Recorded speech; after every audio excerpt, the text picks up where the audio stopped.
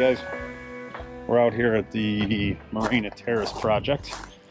Guys, for the foundation walls, started working on those today. And we got a little bit more stone. Job site looks a little bit different than the other day. And what we were talking about on our last update, where we come through and we drill the footing so we can do rebar placement. And after they're all drilled, we'll come through and they'll put epoxy on the rebar, and they will come up and tie to horizontal rebar. It adds a good amount of structural rigidity to the walls, and if you don't have a way to tie the wall to the footing, you run the risk of shoving a wall in to the house when you're doing backfill, and that's not good for anybody. You can see we've got all of our forms kind of scattered around the job site right now. Beautiful day out today. It's supposed to rain, but we'll take it when we get days where we're supposed to get rain and it ends up being beautiful. It keeps us moving. And you'll see, and inside I'll try and get a better angle here. But you see these little braces here. This is where the horizontal rebar ends up laying across all of these, and same with the ones on the bottom.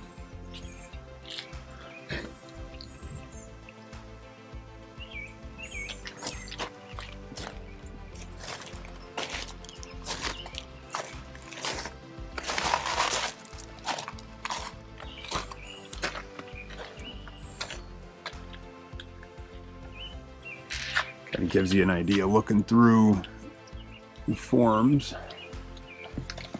And then down here on the outside, what's buried below all of the stone is drain tile. So as water accumulates, it goes into the drain tile, and then that's going to come through and tie into, we'll tie into our sump pit. That way we've got a way to eject the water out from around the foundation. I kind of see here is a spot where we've still got it exposed.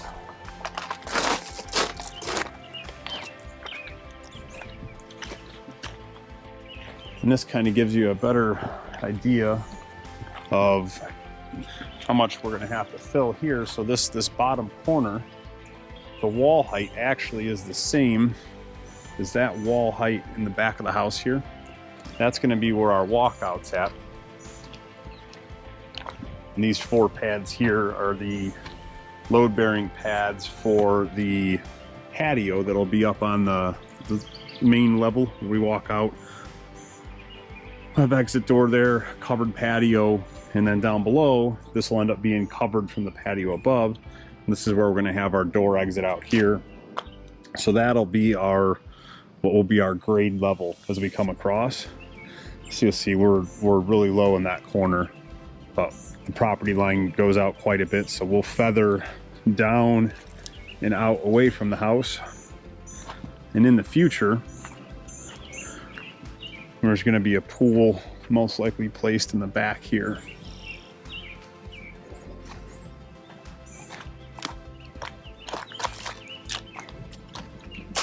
And you'll see same thing, we've got that drain tile stock running up along the outside of the footing.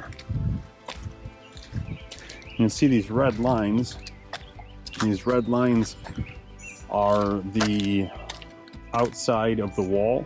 So they square everything off and then snap the chalk lines, and then we set the forms to the outside, that outside straight line, and then clamp all the forms together and then double check once everything's together to make sure everything's still square. Last thing you want to do is pour the foundation and strip the forms and then realize that you don't have a square foundation.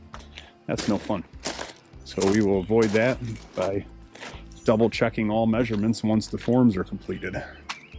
And again, this is going to be our underneath the stoop area. That'll be for extra storage. And up here is where the garage will be.